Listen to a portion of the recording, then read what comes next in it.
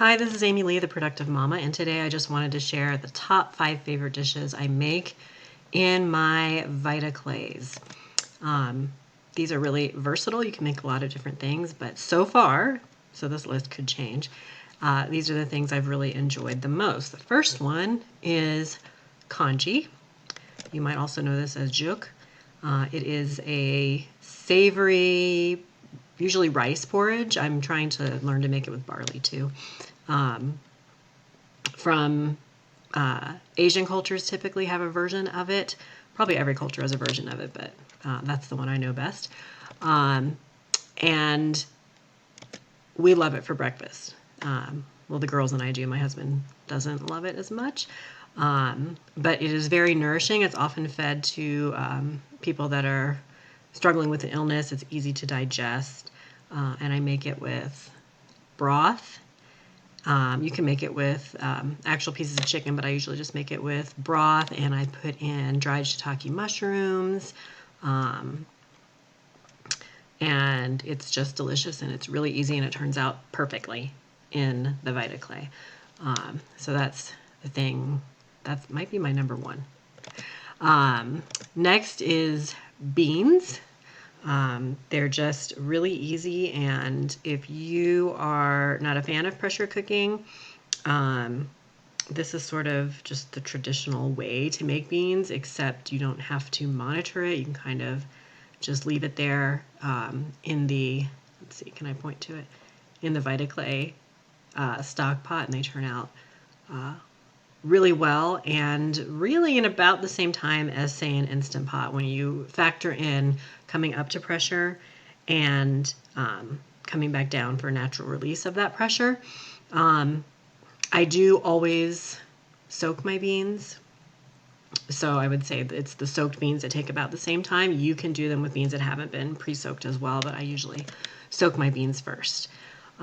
Next, I put ribs because that's not my area of expertise. I never know how to make them. In fact, I hardly ever make them. I leave that to my husband.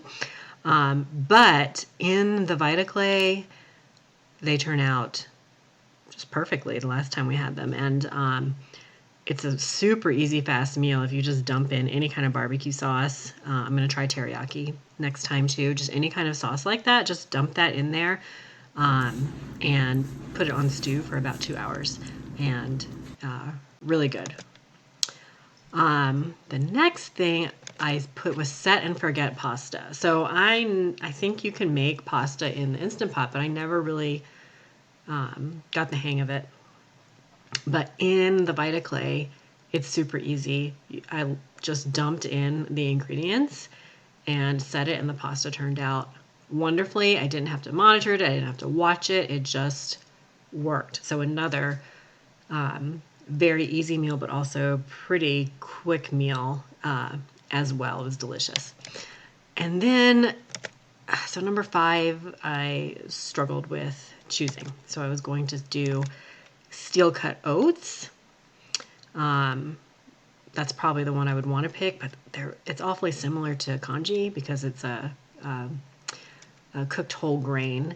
But those breakfast oats just turn out really, really well in the VitaClay. It's delicious. I've done them just plain, boring, and also fancier versions with different fruits and pumpkin, things like that. But I was trying to decide between that or a whole chicken, which I also very much like.